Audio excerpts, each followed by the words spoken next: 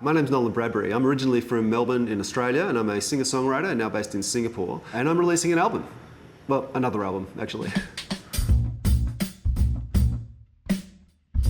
I actually released an album back in 2001 while I was still based in Australia. I was living just outside of Melbourne. And I was doing a lot of TV work and event work, playing keyboards and as a vocalist at the time. And a little over 10 years ago, I moved to Singapore and pretty much picked it up from there. Also started producing live music here. My major event band, the Countdown Band, I'm still running over here, and a lot of side projects doing event and club work. In 2015, it was that I decided I wanted to do another record. I was doing a lot of writing at the time. And finally, 9 years on, it's starting to come together.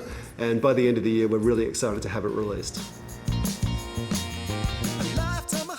Now, it's no secret that COVID affected everybody around the world over that time.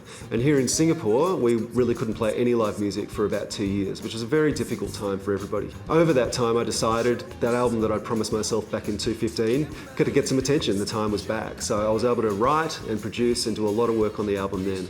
Specifically, it inspired a song called Put Us to Work, which has already been released, which talks specifically around the struggles that we faced as musicians and creatives over that time. And as the world opened up, and Singapore obviously as well, and we were able to get back onto the stages, I actually found myself more inspired to continue writing as I was playing alongside the guys that I really hadn't had a chance to play with for a couple of years. And the extension to that was to involve a number of people that I've worked with back in the day when I was back in Melbourne, to be involved in the album, and then some new people I'd never worked with before overseas. And I'm really, really excited at how they've helped develop the songwriting for me on my end. And obviously hearing musicians take a hold of my music is a completely different way to me just sitting in a room doing it on my own. And I'm super excited to see it all come together this year. So when I first started thinking about doing this album back in 2015, the first thing I thought to myself was I want to release a record on vinyl. As a kid, vinyl was everything to me when I was listening to music, because the experience you have when you're listening to music that way is completely different to the way it's done these days digitally. Now, I'm not saying that one's better than the other one, but I just remember growing up as a kid, if you wanted to sit and listen to music, you'd have to pull an LP out, you'd have to put it on the player, you'd have to lift the needle, you'd have to drop it, and then you get to sit down and look at the artwork and read the liner notes and follow the lyrics. And you would have to make a conscious choice to sit there and do that. And then every 24 minutes or so, you'd have to get up and flip the thing over and start again. Now for me, I just think that is the best way to engage with music if you really want to sit and immerse yourself in it.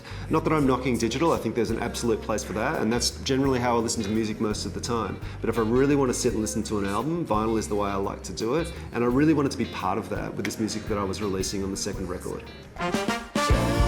Which I guess leads us to why I'm doing this video.